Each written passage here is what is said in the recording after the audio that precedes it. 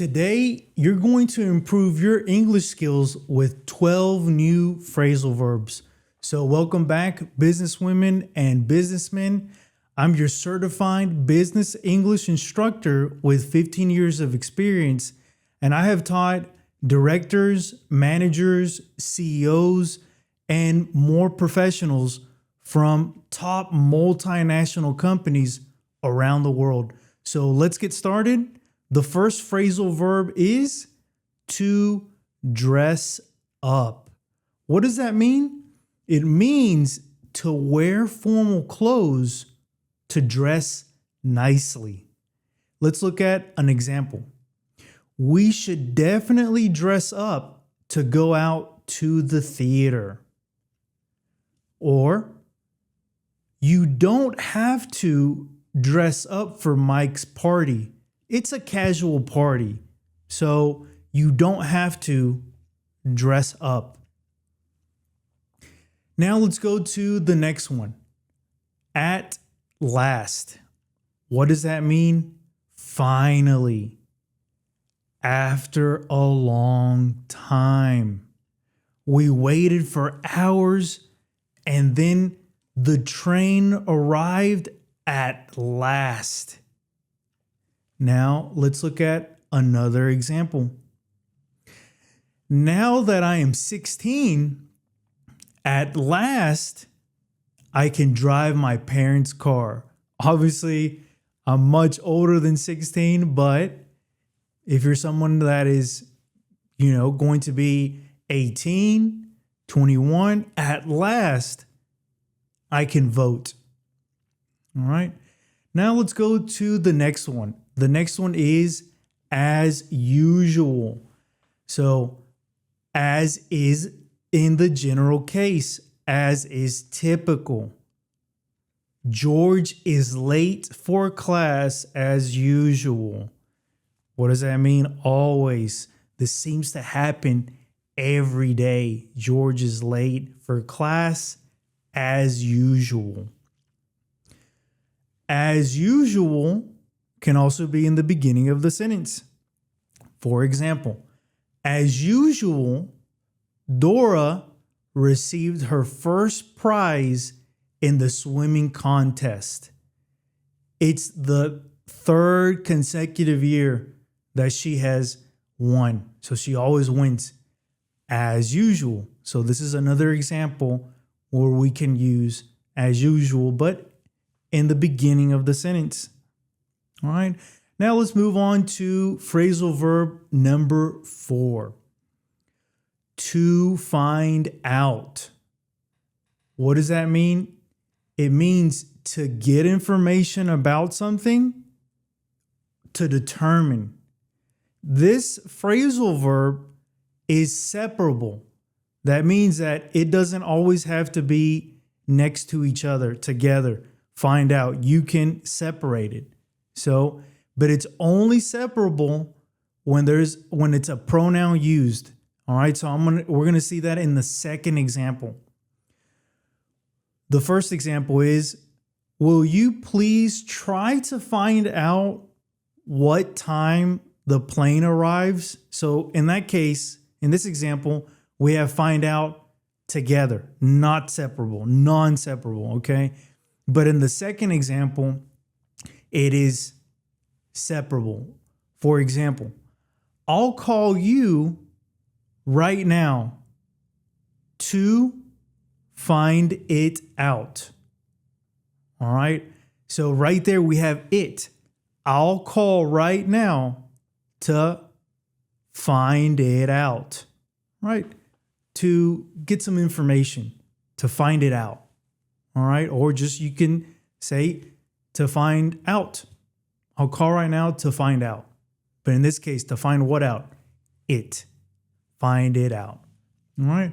Now let's go to the next phrasal verb. It is to look at. The definition is give one's attention to watch. For example, the teacher told us to look at the board and not at our books, right? Like in English class, let's have a conversation. Look at the screen, look at the board. You don't have to look at your books. All right, let's look at another example. I like to walk along a country road at night and look at the stars. Look at. I'm giving my attention to the stars. Or maybe you like to look at the buildings, right, at night. Or maybe in the morning you like to look at the sun. All right, the next phrasal verb is to look for. It means to try to find, to search for. All right. An adverb phrase such as all over can be put between the verb and the preposition. And we're going to see that in the second example. However, keep this in mind. The idiom cannot be separated by a noun or pronoun. He's spent over an hour looking for the pen that he lost. So he's been looking for the pen that he lost. Hey, there you are. We've looked all over for you. Now let's go with the next phrasal verb. All right.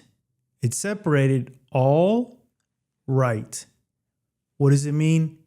Acceptable. Fine. Yes. Okay. This idiom can also be spelled all right, but in informal usage.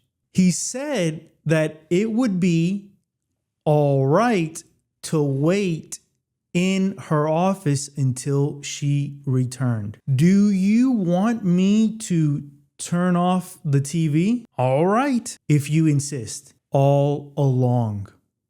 It means all the time, from the beginning, without change. She knew all along that we'd never agree with his plan. So from the beginning, did you know all along that I'd give you a birthday present, or were you surprised? Now let's go with the next phrasal verb, little by little, gradually, slowly. And we can also use step by step. It means the same thing. So little by little or step by step. Karen's health seems to be improving little by little. The second example, if you study regularly each day, step by step, your vocabulary will increase. Let's move on to tire out. It means to make very worry due to difficult conditions or hard effort. Also, to wear out. Now, this phrasal verb is another one that is separable. The hot weather tired out the runners in the marathon. I'm worn out. Let's look at another example. Does studying for final exams wear you out? It makes me feel worn out.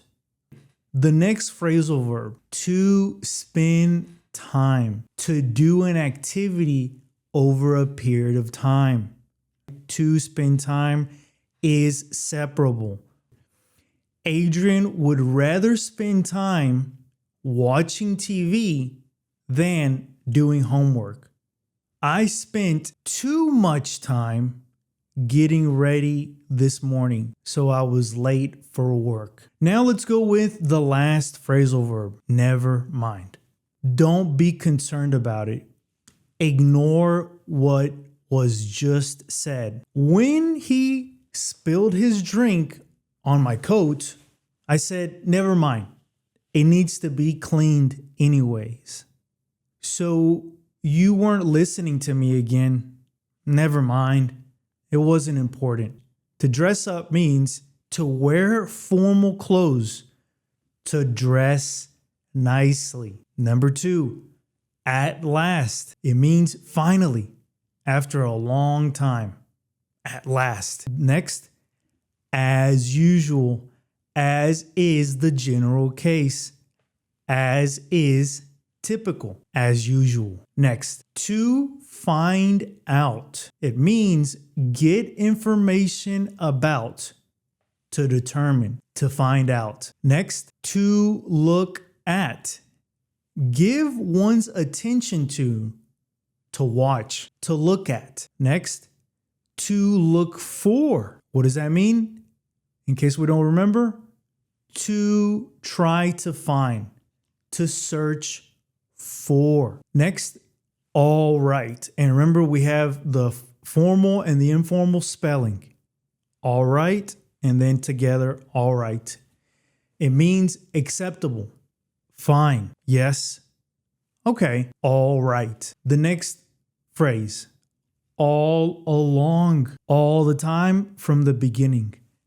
I knew all along that you were going to give me a gift. I knew that all along. Little by little, gradually, slowly, you'll improve your English little by little. Next, to tire out. To make very weary due to difficult conditions or hard effort. All right, to tire out or to wear out as well. The next one, to spend time, to do an activity over a period of time. And the last one, never mind. What does it mean? Don't be concerned about it. Ignore what was just said. Hit the like button and subscribe for more content. And if you're interested in private English classes, please visit masterbusinessenglish.com in the description below to book a class. And we'll see you in the next one. Bye-bye.